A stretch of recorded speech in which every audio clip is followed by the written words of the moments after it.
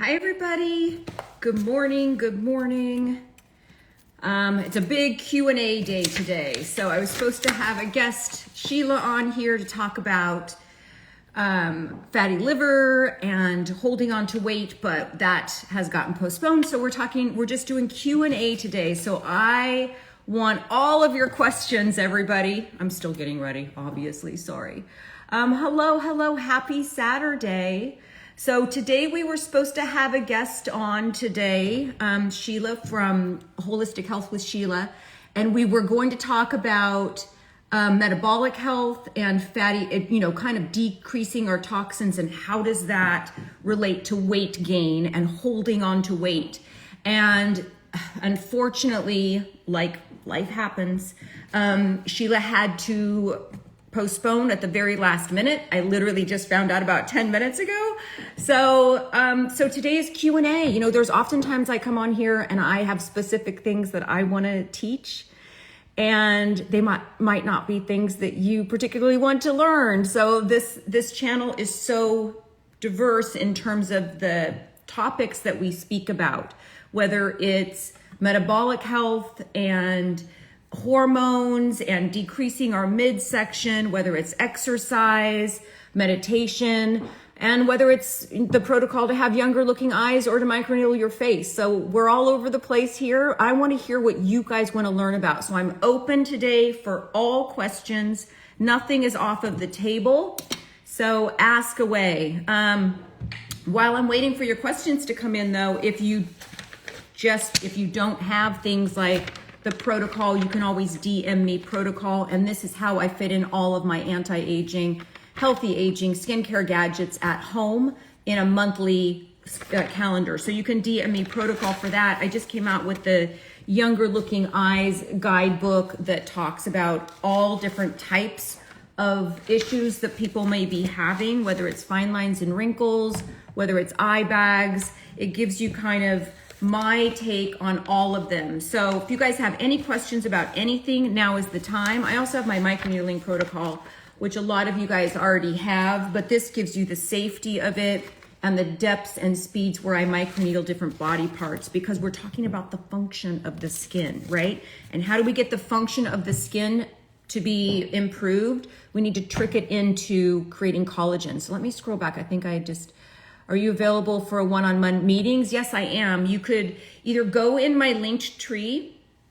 I didn't get my coffee's in the other room. You can either go in my linked tree and you'll click on consulting with me. Oh, somebody says I have them all. Yay, tell me how you're liking them, how you're liking all of the protocols. I'm about to do one on younger looking hands. I thought I was gonna do, when Sheila had to postpone today, I thought, you know what? I'm just going to do a whole thing on younger looking hands, because it's it's not like I have to research this stuff. It's part of my life. It's part of what I do. But I'm going to save that for another time, because I did want to also go into the nail, when we were getting our nails done. For those of you who are lucky enough to go get your nails done at an actual shop, the gel nails and all of that kind of stuff, I want to make sure we're not setting ourselves up for things that are going to be aging our skin and for cancerous stuff. So I want to do a little bit more research on that. Okay. Where can I get the protocol? I need one. DM me protocol. So I'm just going to keep answering the questions, you guys. DM me protocol for the weekly protocol on how I fit everything in terms of radio frequency, microcurrent, red light therapy, microneedling. You can DM me microneedling protocol for the microneedling protocol, and then for the younger eyes guidebook, just DM me younger eyes, and all of those are kind of automated. So make sure you guys check your spam, because if you haven't signed up for the email list yet, it will automatically go to your spam, and then I've got all the questions of I can't find it, I've been waiting. It's sitting in your spam box. Okay, there was something else that I wanted to go back and thank you guys all so much for being here. I'm getting tons of compliments and questions. Who is my surgeon? And you're following the protocol. That's so great. That's so amazing. Mauricia, thank you so much. Okay, let's see. So do I, hold on. So do I do you if I want one. Yeah, you DM me directly. I'm gonna grab my my cup of coffee. Oh wait, I have it right here. Hold on one second. Coming back. I'm gonna dump out this tea. Don't go away, you guys. I'll be right back. Okay. And then I want to find out from you all also, what are some of the things that you want to hear coming up on these lives in the future, right? I do want to talk about mobility. I started kind of having a little bit of a problem with one of my shoulders. And so I'm now on this kind of mobility and stretching kind of thing that I'm doing before and after every exercise, before and after every workout. And it's really kind of helping. So I want to do things like that. I want to create content like that. Of course, I'm always going to be creating content on how we, skin as a health organ, and how do we improve the skin, and how is that tied to our self-esteem? How does that change our day? Because healthy aging is not just about our heart and our bones and our brain. That stuff is super important. But if you're not feeling good about what you're doing in your life, if you're not feeling good about what you're seeing in the mirror, it changes your day and everything gets affected. So that's the kind of content that I like to create, but I want to see what you guys are wanting. What are you guys wanting from me, right? It's not just about me. I want to be able to educate you on certain things that I'm either know or I don't know, or I can find out and go through the research. So I'm so, what about the topic about lymphatic system as a topic? I need a pen. I'm going to write this stuff down because they are going to be stuff. So hold on, lymphatic. So just lymphatic drainage. I mean, we talk about lymphatic drainage a lot when we're talking about moving the fluid from our eyes out, right? We talk about lymphatic drainage a lot when we're talking about using foam rollers to break up the fascia that help not only with the circulation throughout your entire body and how limber you are through your entire body, which is important, but also when it comes to things like cellulite, breaking up that fascia that connects the muscle with the fat and the skin, and how do we break that fascia up? But to have a full live video on lymphatic drainage, I think is an amazing idea, and I'm writing it down. So that's what this show is all about. You can ask me any questions, but I want to get to, some of the topics that you guys want to talk about. So I'm going to scroll back a little bit. I know I missed another one. And if you guys are learning anything from this show or from what I do, please share with your friends. There's a little button down there, the send button. It won't take you off of this. Just invite some people. How to slow down saggy, skin sagging, love from Hong Kong. Tracy, hi from Hong Kong. So just saggy skin. And sometimes we address that as crepey skin. I can just tell you off the bat, just, it's saggy skin. Oh my gosh, it's inevitable. Really, it's going to happen to all of us. It's a matter of how can we get the skin as healthy as possible to minimize the amount of sagging. And when we're looking at sagging skin, there's a couple of different culprits with that. If you're looking at saggy skin in the arms, I'm just giving this as an example. When we lose muscle mass beginning at the age of 30, we lose 1 to 3% of muscle mass per year. That's why we want to lift weights. We want to lift weights because when you lose muscle mass, your metabolism tanks. It takes muscles are calorie burning machines. Well, if you're looking at crepey skin on your arms, a lot of what happens is it's related to the muscle mass loss. So if your muscle goes down, then all of a sudden, just like with major fat loss, when your muscle or your fat goes down and this area becomes finer, the skin is going to become crepier. So a lot of times when I work with clients one-on-one and they're like, I can't wear a tank top anymore. It's bothering me. There's a couple different things that we can do. Build the muscle mass, start microneedling, and use retinoids. So all three things of those will help with crepey skin.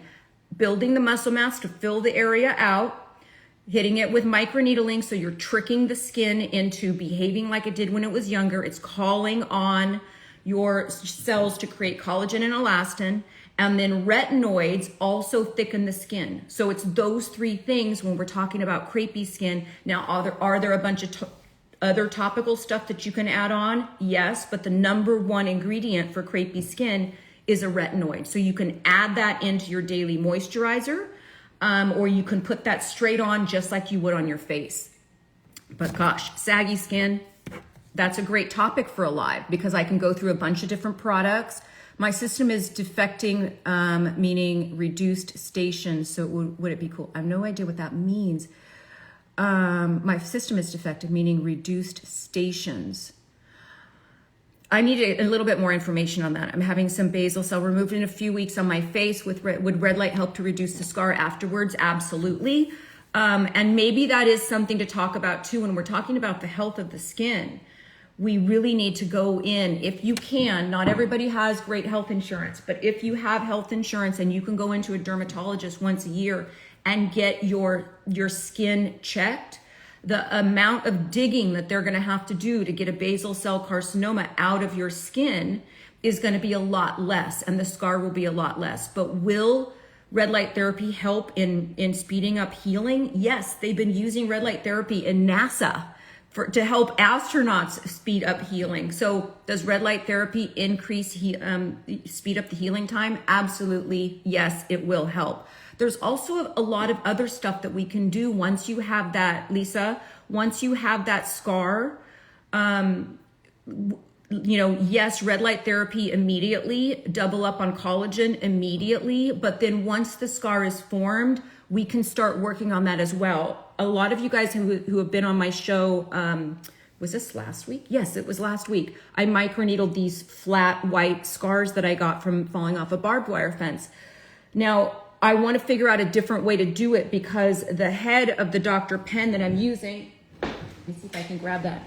The head of the Dr. Pen that I'm using for this is slightly bigger in circumference when the needles are on here, obviously, and it's going outside of that line. So I'm going to try to see if I can get a thinner device to do that. But on the circle ones, I can already tell a difference with how raised they are and also how white they are. So I'm getting a little bit of results. Again, it's only my second treatment, but there are a lot of things that we can do, Lisa, after the scar is formed. But in the meantime, you're doing exactly what you should do, which is be prepared to blast that sucker with red light therapy, and double up on collagen is another suggestion that I would make. Also reducing any sugar, because sugar acts as the antithesis of healing. So red light is good for it. Collagen is good for it. Sugar and processed food is not good for healing. It causes inflammation.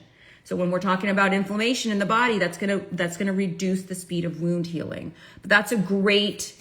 I'm gonna talk about. That's a great idea for a live show when it comes to, because I'm telling you, if you've been out in the sun at all, chances are you're gonna have a basal cell removed from your body at some point, and it's scary. I've had one removed on my back, and that really shocked me to stay out of the sun, and I've changed ever since then. And I think that was early 30s. I had something removed on my back, and I'm like, nope, no more sun. Okay, let's see. I'm gonna just keep scrolling, see if I missed anything. At-home muscle building routine without expensive equipment. Love it. I'm gonna do that at home. So all body weight, which Marcia, on my YouTube channel, I have a set of 5 10-minute exercise videos without expensive equipment. Some of them are just body weight. Some of them are just using 5-pound weights, which you can use with a water bottle or cans of soup or something. You should not need expensive equipment or a lot of room to be able to get a good workout. So that's a really great idea, Marcia, for a live. So at home, no weight workouts.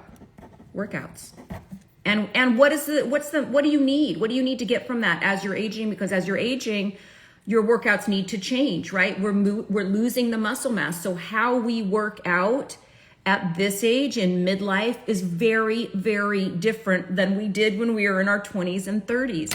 Pounding our joints on cement as we're running is not something that's smart for us to do. We're losing muscle mass. So you want to increase resistance training, and our bones are now in jeopardy when we're, gosh, it sounds like it's just like terrible things, but honestly, I'm having the best time in midlife. But we have to be smart about how we're taking care of our body. So, weight bearing exercises increases bone density. I just did an article for In Shape magazine on the vibration plates and how vibration plates increase our gravity. Because I mean, if you think about it, if you're standing on a vibration plate and it's keeping you off balance, it's creating a little bit of a torque, which increases our gravity. So just even standing on a vibration plate, and they're having older people who might not be able to lift weights, who might not be able to get to a gym, to stand on a vibration plate that automatically increases the gravitational force, is weight bearing exercise, which is going to be better for your bones. So there are ways to, that we need to change how we work out as we get older. But Marcia, that's a great idea. It's cool. Okay. I'm not sure what club that is. It's cool and fun girl that gets things going off. Okay. If you want to do a live with her. Okay. I'm going to write this down. Lymph Love Club at Lymph. I love this, you guys. I love this. I'm gonna reach out to her and see what she's about and if she wants to do a live on lymphatic drainage. Love it. Okay, retinols to use. Yes. Okay, there are tons of different retinols to use, retinoids to use. So retinoids, remember, retinols and retinoids are under the big umbrella of tretinoin, that prescription strength tretinoin. So we have retinoids, we have retinaldehyde, we have retinols. We've got adapalene, which is a third generation. So what type of retinoid is best for you? That's H. Martin 2978. It really depends on, is it your first time using a retinoid? Do you have sensitive skin? What exactly are you trying to treat? If you DM me ultimate skincare routine, this is not an automated system, so I'm gonna have to copy and paste. But if you DM me ultimate skincare routine, it consists of 3 different phases, which is wheat. Oh my God, it's not wheat. Stay away from wheat. It's wash. Holy shit. It's wash, treat, and protect. And at night, the treatment phase is retinoid. There's a lot of different options, a lot of great over-the-counter options that you don't need a prescription. And then there's the prescription strength. So if you DM me ultimate skincare routine, I believe in the treatment phase, in the evening portion, I give you a lot of great options for over-the-counter retinoids. One of the ones that I'm really loving right now is Differengel, which is a 3rd generation retinoid. It's adapalene, and it's made for sensitive skin. You can use it when you're pregnant or nursing, but I have been finding some great results when I'm using it on my neck. Again, our skin on our necks is very, very different from the skin on our face. So we have to treat it very differently. You can't just do a ton of really strong retinoids on your neck because it's going to eat it up like battery acid. It doesn't create any, it doesn't secrete any moisture, our necks. But what I've been finding is by doing a 3rd generation tretinoin, which is adapalene, which is for sensitive skin, I can use that on my neck, followed by a thin layer of Aquaphor, and I'm getting, honestly, at 55, I'm getting amazing results on my neck using those 2 things. A very sensitive skin version of a retinoid, followed by creating a better skin barrier with either an Aquaphor, and there's another product I've been using. Oh my God, this one by Young Goose. Holy crap. I am loving this. It's Bio Barrier Serum. I did a podcast with Young Goose, and they sent me all of their products, which they don't ever talk about. And now I'm wondering, like, why aren't you talking about this? This is an amazing product, and I'm loving this also on my neck. After I'm just putting it on now. After I'm using a retinoid on it, a 3rd generation adapalene. Okay, let me just scroll. Keep scrolling. I love you too. Okay, let's see. I'm way behind, so let me see if I can keep scrolling up until I get to Any other questions? Okay, so nice to see your beautiful hair. Oh, thank you so much. Normally, somebody said so nice to see your beautiful hair done. Normally when I'm on here, I'm doing something to my skin or my face, so my hair is always up and back, and I'm getting busy because also too, I want to save my hair, right? You don't need to do your hair every day. So part of it is being lazy, if I'm just gonna be honest. Okay, let's see. So tomorrow I'm going to be doing a demo of radio frequency, and I'm going to be doing, I've got my top picks for radio frequency, but there's a lot of great devices out there. This squad is the best. Love it. So I'm going to be doing I missed my radio frequency treatment, this week. So I'm going to be doing radio frequency on my lower part of my face. I like radio frequency only on the lower part of my face because of that fear of fat loss.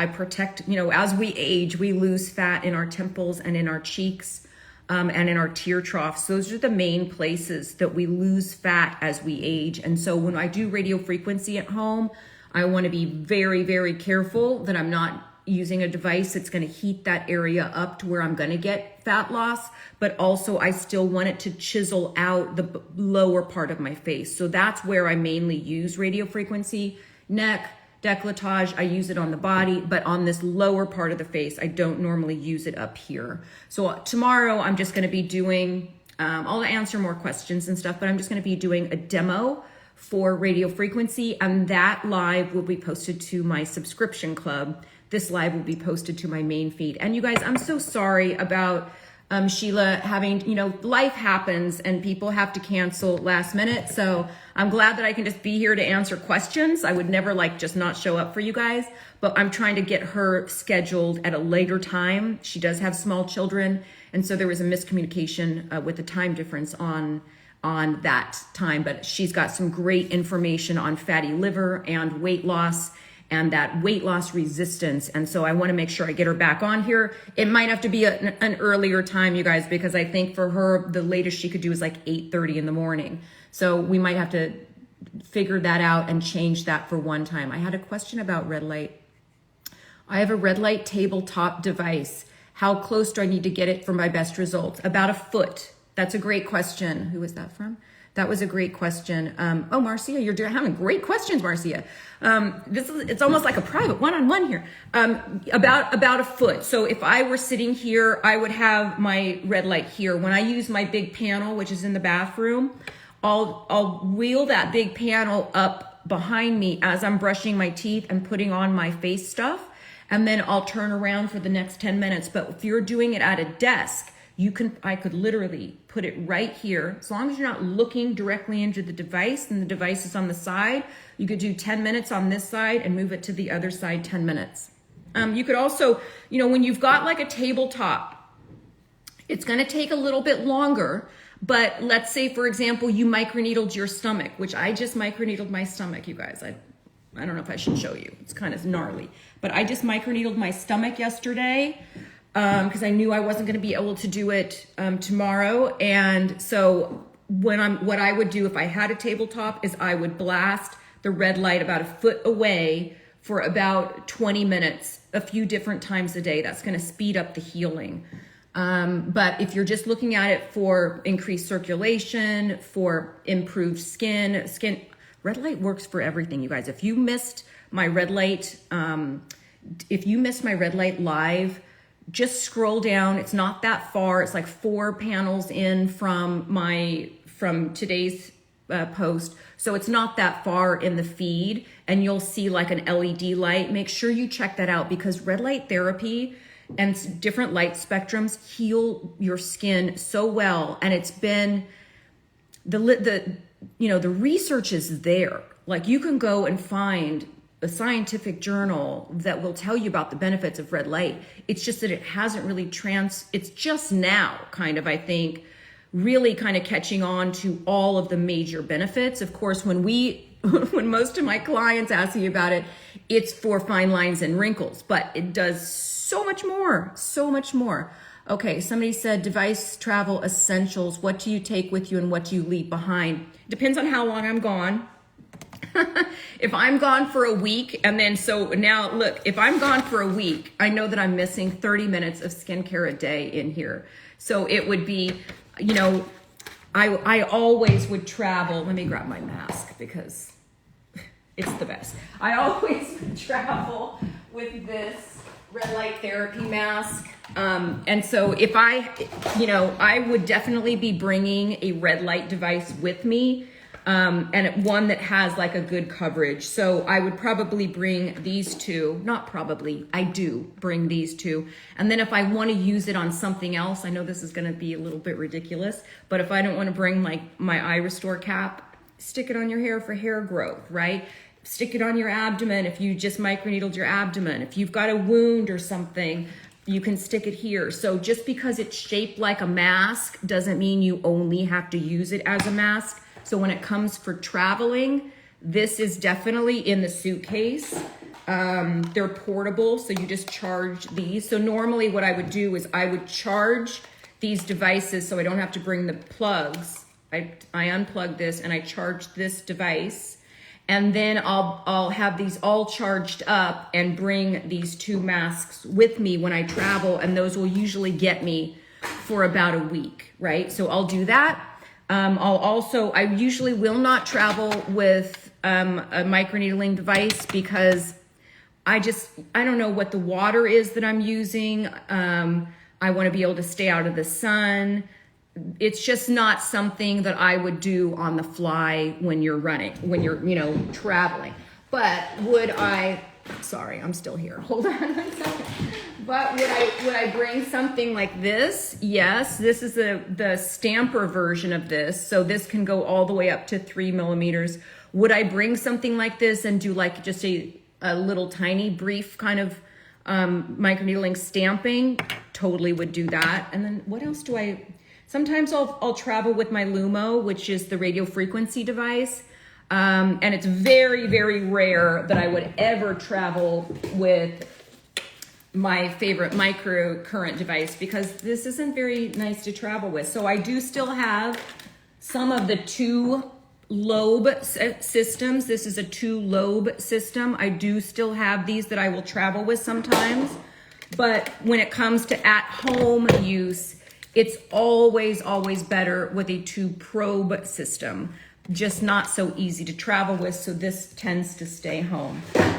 And then I do travel with I don't have it up here, but I do travel with collagen because the collagen I use is hydrolyzed and it needs to be in the refrigerator, but they do make chews. So you can have the chews on the go. So if you're interested in those collagen chews, just DM me collagen and just DM me collagen and I'll make sure that I have that there. Okay, let me see if I missed any other questions. I kind of love, you guys, these Q&As. I hope you do too, because it gives me so much more material that I know you guys want to see and learn about. So please just, if you have any suggestions at all. Hi, France. Hi. Chahia. Okay. Can you show one? Hold on. I just missed this. Can you show one that seems you can come out by yourself and didn't notice, please? I don't know what that means. Please, can you show one that seems to have come out by itself and you didn't notice? Please, beautiful. You guys, oh my God. Let me write this person's name down because they will need to be blocked. Okay. Sorry, you guys. I have a little bit of a stigmatism, so sometimes it's hard for me to read when things are scrolling. I'm 55. Somebody just asked how old I am. I'm 55, and I am loving being 55. What about the red light beds at salons? Good. Yes. They've done these amazing things, you guys, by converting those old UV beds where we'd get tanned. They would convert those into red light therapy beds by changing the wavelengths of the actual lights. So they have done a really good thing, and those are great, those beds. I mean, you can get your whole body done in like 10 minutes. So they even have, I think on my Amazon store, I have a red light mat that you can climb into, kind of like a sleeping bag that would get you on all sides. That one was, I think it's $900 though. It's pretty expensive. So I don't know how that would add up in terms of like the red light panel. The red light panel that I use by Platinum LED is literally one of the best on the markets. They do make various sizes as well. Okay, let me see if I missed anything. So you guys, remember tomorrow I'm going to be doing radio frequency. I'll talk about a little bit about the science behind radio frequency and what you're looking for in a device. But I'm going to be doing a demo. I'm going to do a combination demo on like the Tripolar X. Magellan has a good radio frequency device out. And then I'll show you also, I think, the Lumo. But I've talked about the Lumo so much that I want to show you guys what else is out there. Like this is a radio frequency device that I'm using right now. This is by Magellan. So I'm going to talk a little bit about this tomorrow and do like a treatment. So, because I missed my treatment this week. So tomorrow's going to be a little bit more of a Q&A, but we're going to basically do radio frequency demo. So for those that belong to the Instagram club through subscription, which is like the $4.99, that demo tomorrow on various radio frequency devices will be posted to the club. So this one will be posted to the main feed. Okay, I want to see if I missed anything else. How long should I wait before using retinol products after microneedling? Okay, so this is on the protocol, but it's a great question because it really depends on your reaction to the microneedling. So if you look at the protocol, and again, if you guys don't have the protocol, just DM me protocol. Make sure you check your spam, please, because it just makes, it's a lot of copying and pasting. And if you haven't subscribed to the newsletter, it will automatically go to your spam. Thank you for your time. Better than Saturday football. Yay. Okay. Better than Saturday football. Wow. Okay. So if you look at, in terms of when do you use retinoids after you microneedle, I microneedle every Sunday. I pick a different body part and microneedle every Sunday so that when I come back around to my face, it's been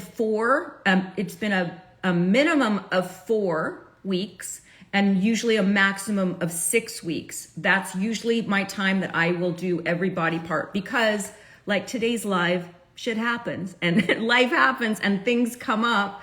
I schedule it every 4 weeks, but sometimes I have to push things down. And so it ends up being every 4 to 6 weeks. It depends when you use your retinoids, depends on how deep of a treatment you've got.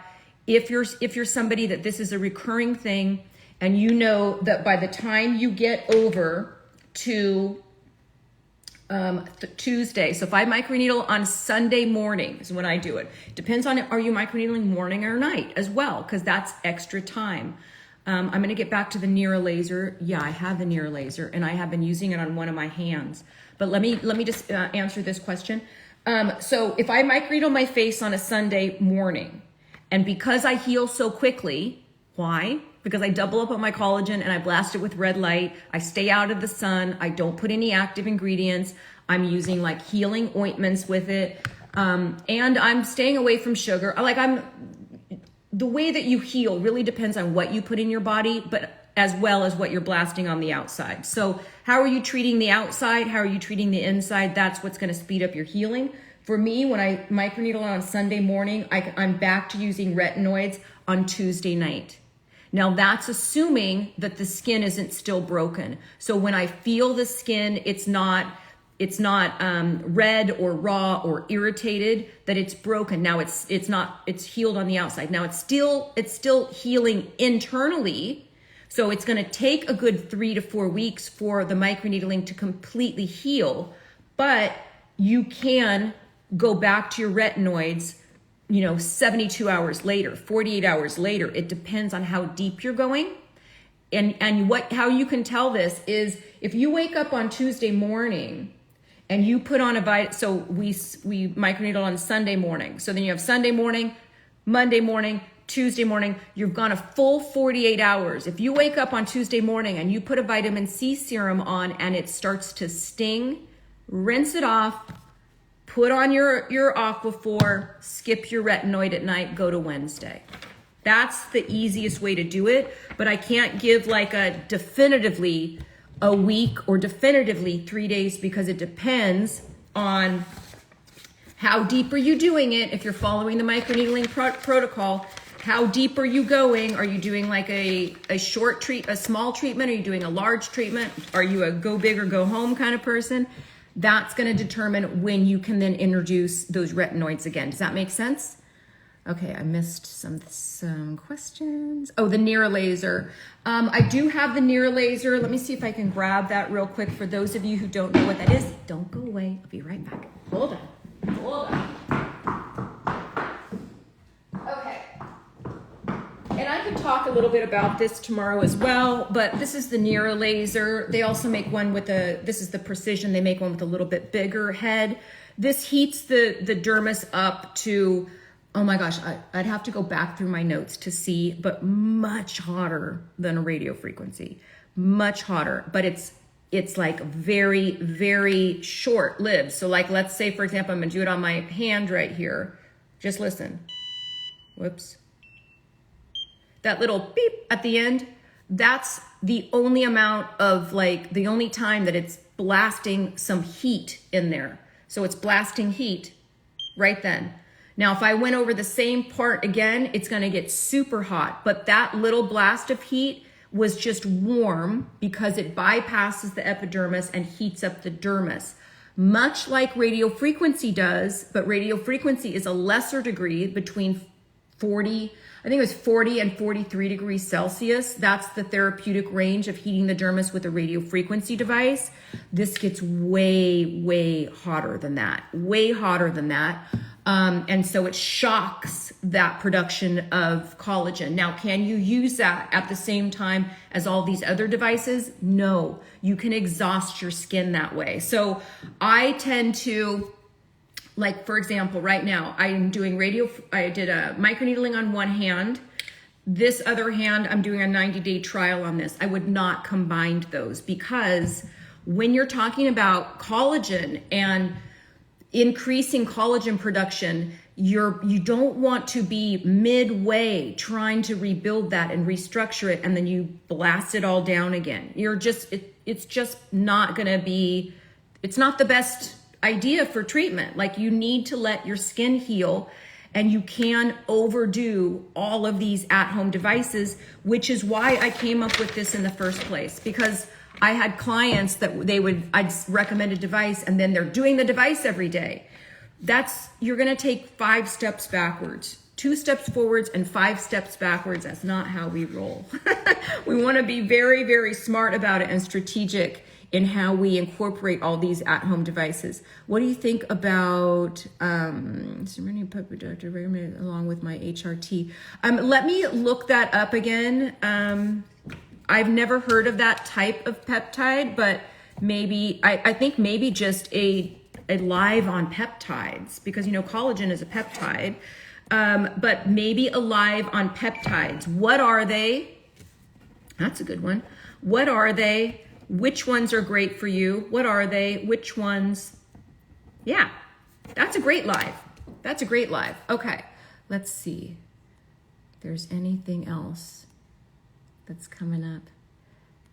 Let me get caught up at least. Oh wait, I missed one. Do you answer questions on your subscription page? Yes, I do.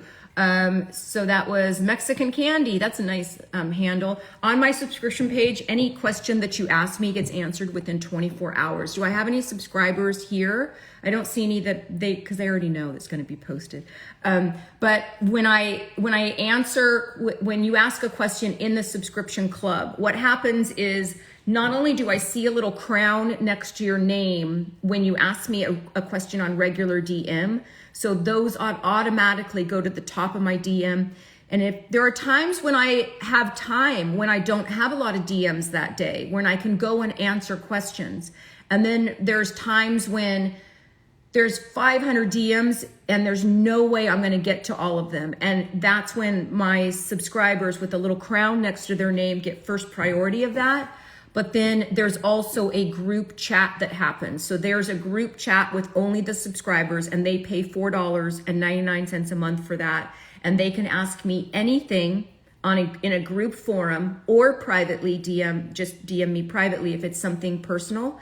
And that question gets answered in detail within 24 hours. And sometimes the easiest way for me to do that is a voice memo. So instead of me typing out something, I'll just say, let me tell you about this red light therapy mask that you are asking me about. The reason why you shouldn't buy it is because it's only under a 630 nanometer wavelength. And that's going to be, you're going to increase your time of having to use that by at least triple. Those are the kind of questions that I get. But also everything from hormone replacement therapy to how did you work out today to what do you think about this retinoid? My doctor is saying they're not going to give me HRT. Where do I go next? There's a lot of different questions that happens. What do you think about exosomes on top of microneedling? I love it.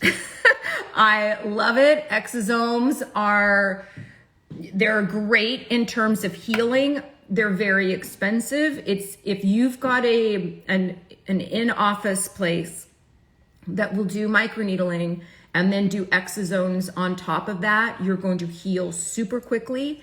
And it is a way to kind of really amp up microneedling. So am I a fan of exosomes and microneedling? Yes.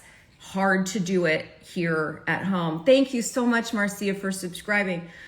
Yes, hard to do it at home because a lot of the stuff that you try to get when you're trying to get exosomes, they're either not effective, they have to be refrigerated. It's like, this is not something that you want to try to get off Amazon because you're going to get ripped off. But if you've got a dermatologist or plastic surgeon that does microneedling with exosomes, they know what they're doing. Okay. You can do those systemically too. You can do those intravenously. And then while you're microneedling, you've got all of this, new healing, new like stem cells situation. Like it's good. It would be great. But again, that's not really accessible to a lot of people. If you have an in-office place that does that, I am in full support of that. Okay. I should just wave at these like people. Hold on, cancel. Hi, everybody. Okay, I'm trying to get back up. Is it okay to go deep under the eyes with microneedling? No. That's a great question. There's a reason why I did this, so that you can see the basic in terms of the depth that you want to do with microneedling. If you're doing microneedling and you're thinking that this is going to be the same depth as here, you need to like just take a step back. I know once you get into these devices and you're using them and you're like, oh, this is why she can do it. It doesn't hurt as bad as I thought. You do get used to it. Don't go crazy with the device because you can cause more harm than good. So when I'm talking about doing microneedling around the eyes, I've never done more than a 0.25 around the eyes. Now, if you have super thick skin, if you've got more melanin in your skin and your skin is super thick, you can do higher than that. But I would always suggest on your first time microneedling at home that you do your whole face with a 0.25. Do not go over that. Follow the protocol in terms of healing. Wait a month, and on your next session, you can then start going up. And so the guidelines that I give here are guidelines where I think normally what happens is your cheek and your chin is going to be thicker skin than your forehead, your eyelids, and your neck. Your chest is going to be thicker skin than for sure around your eyes or your hands. So the depth of the needle that you use and whether it's a stamper or not, you would dial this up higher.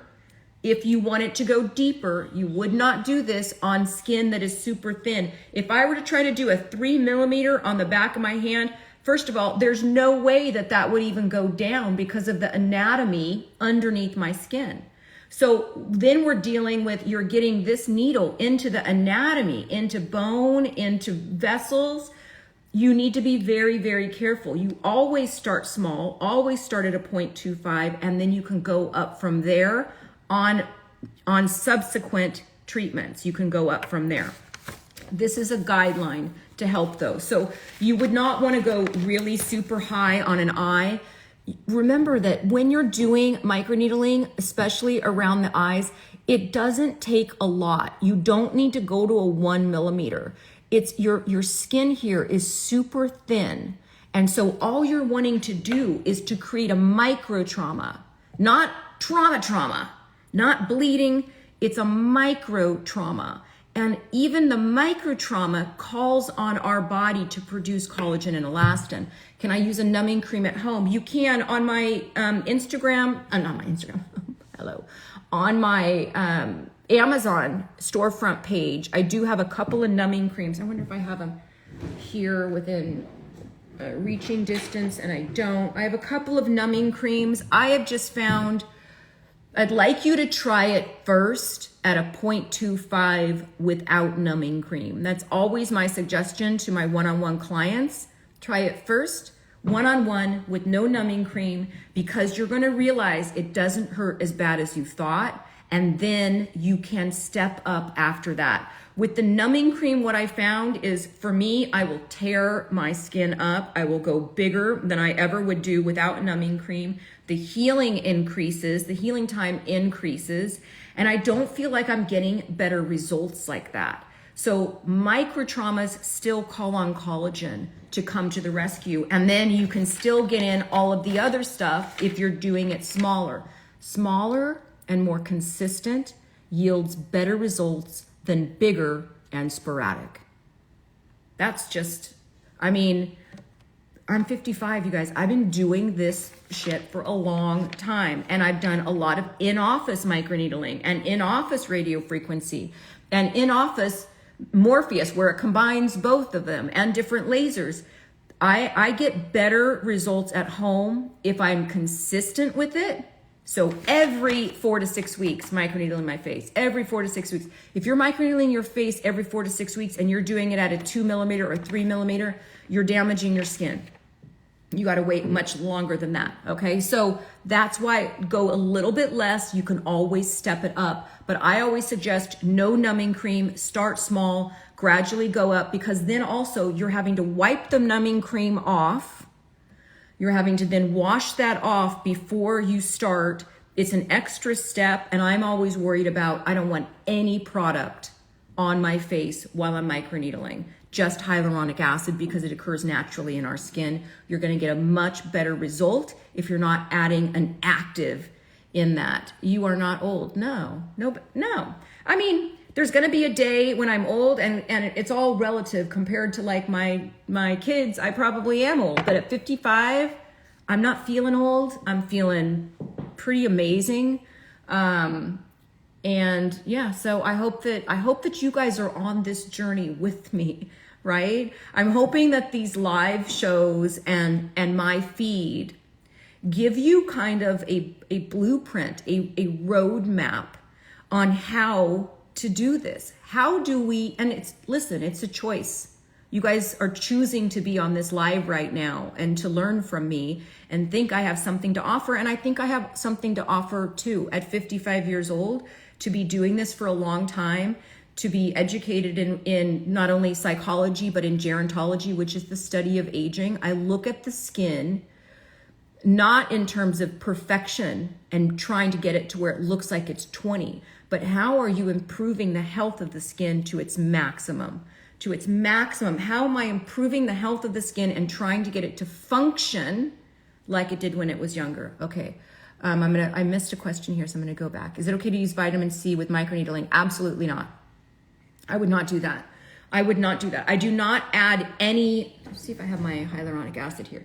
I do not add any, I don't add any active ingredients when I microneedle, because when you're doing that, now listen, you could potentially add an active ingredient and microneedle the hell in, push it in with the microneedle, You could do that. That's an option. But my thought is, and with my experience, is that when you do that, you're causing more irritation in the skin. It's not that the product is really getting into the skin deeper. I would say if you're doing something like a stem cell, or you're doing like an exosome, and then you want to put that on and push that in an office, in a dermatologist's office or a plastic surgeon's office, that's a great idea. But not when because those are healing, but not when you're adding a foreign substance that's an active ingredient that's going to cause irritation, like a vitamin C or like a retinoid. It's going to increase the amount of time that it takes you to heal. It's adding ingredients that are going to then up your chances of having some sort of infection. And you're basically not allowing the thing that's supposed to be doing the work is not the product deeper, but the actual microtraumas. Don't mix the microtraumas in with more inflammation that's going to be caused from adding active ingredients. I hope that makes sense. That's my personal path. Based on a lot of experience, that's my personal path. That's what I think works the best. You can introduce those active ingredients after. Once you're healed on day 2, on day 3, that's when you want to add back in those active ingredients. But what is the magic of these types of things when you're creating microtrauma is the trauma itself. It's not let's create a hole and then let's add stuff to irritate inside there. It's creating the trauma itself. Let it do its work, right? Without more is not always better. Okay, let's see if there's anything else. Okay, we're getting close to done here, you guys. I've spoken for an hour. Right now, I'm at the top where I can just sit back and watch any questions come by. Just know that tomorrow, I'm gonna be here again at 11 a.m. I'm going to be doing I'm going to show you several different radio frequency devices, and I'm going to be doing a radio frequency treatment on my lower face. I don't know what's coming up. Oh, I think next week I'm talking supplements with Matt Major, who helped me design my supplement line. So that's, I think, not next week, but the week after that. I'm going to try to see if I can get Sheila back on here to talk about fatty liver and weight loss resistance. So I'm going to do some of that. So if there's anything else, you guys have any ideas that you want to learn about, please DM me. How old are you? I'm 55.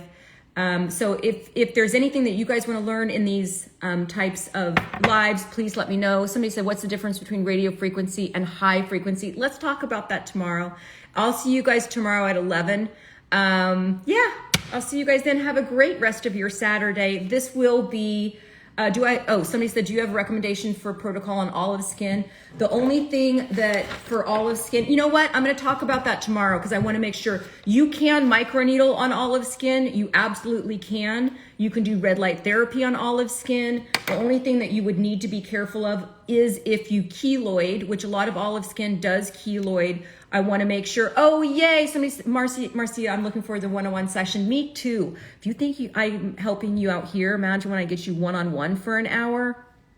It's going to be good. So the olive skin works with all of this. The only thing that I would be careful of is radio frequency, because when you're heating the skin is when you can have discolorations. And so we want to make sure that your skin type isn't something that's going to hyperpigment. And so that's the difference here. But other than that, everything else works. And I think I'm going to get off of here, you guys. I think there was one other thing that somebody had asked, but I think that we can pick this up tomorrow. Do you recommend tretinoin? Absolutely. Somebody said, do you smoke? No.